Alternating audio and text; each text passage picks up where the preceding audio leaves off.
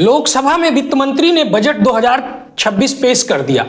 सरकार इसे विकास का बजट बता रही है, लेकिन मैं सीधा सवाल पूछता हूं, विकास किसका और विनाश किसका?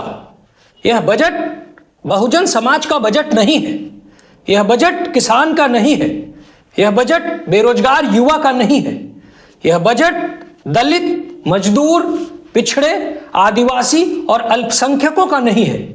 यह बजट है सुविधा भोगी, विशेषाधिकार प्राप्त और सत्ता के आसपास बैठे वर्ग का बजट। देश का युवा आज गुस्से में है।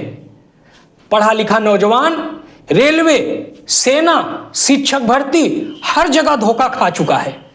परीक्षा होती है, पेपर लीक होता है, परिणाम आता नहीं, नियुक्ति होती नहीं। लेकिन इस बजट में युवाओं के लिए ना तो अस्थायी नौकरी है और ना जवाबदेही।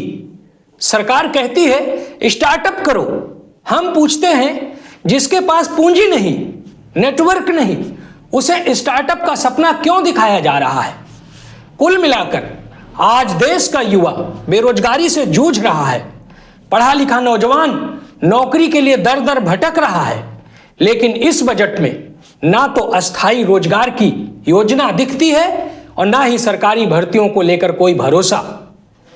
हर साल की तरह इस बार भी युवाओं को बजट में केवल आश्वासन मिला, अवसर नहीं।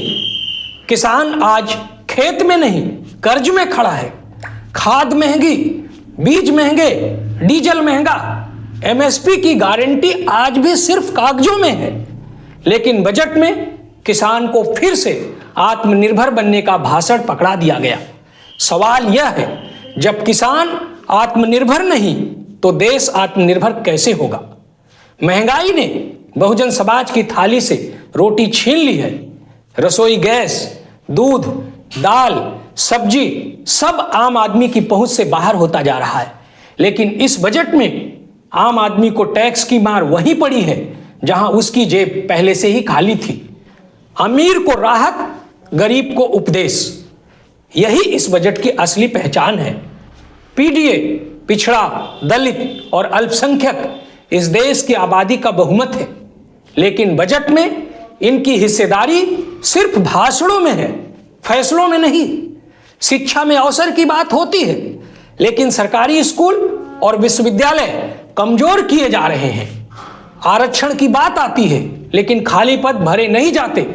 सामाजिक न्याय की बात होती है, लेकिन सत्ता में भागीदारी वही पुराने चेहरे तय करते हैं। महिलाओं के नाम पर सिर्फ और सिर्फ कागजी योजनाएं हैं, लेकिन महिला की सुरक्षा, रोजगार और सम्मान पर बजट चुप है। प्रधानमंत्री जी के भाषण में दलित, आदिवासी के नाम पर संवेदनाएं तो खूब हैं, लेकिन उनके हक के लिए राजनीतिक इच्छा शक्ति नहीं है।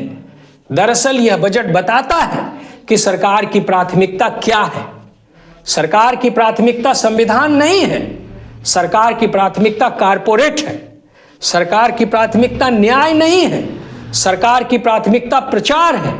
सरकार की प्राथमिकता बराबरी नहीं है, सरकार की प्राथमिकता वर्चस्व है। हम यह साफ कहना चाहते हैं, अब देश दया नहीं, अधिकार चाहता है। अब बहुजन समाज भीख नहीं, अपनी हिस्सेदारी चाहता है। हमारी मांगें स्पष्ट हैं। युवाओं के लिए समयबद्ध और पारदर्शी सरकारी भर्तियां हों, किसानों को एमएसपी की कानूनी गारंटी मिले और कर्ज से उसे राहत दी जाए।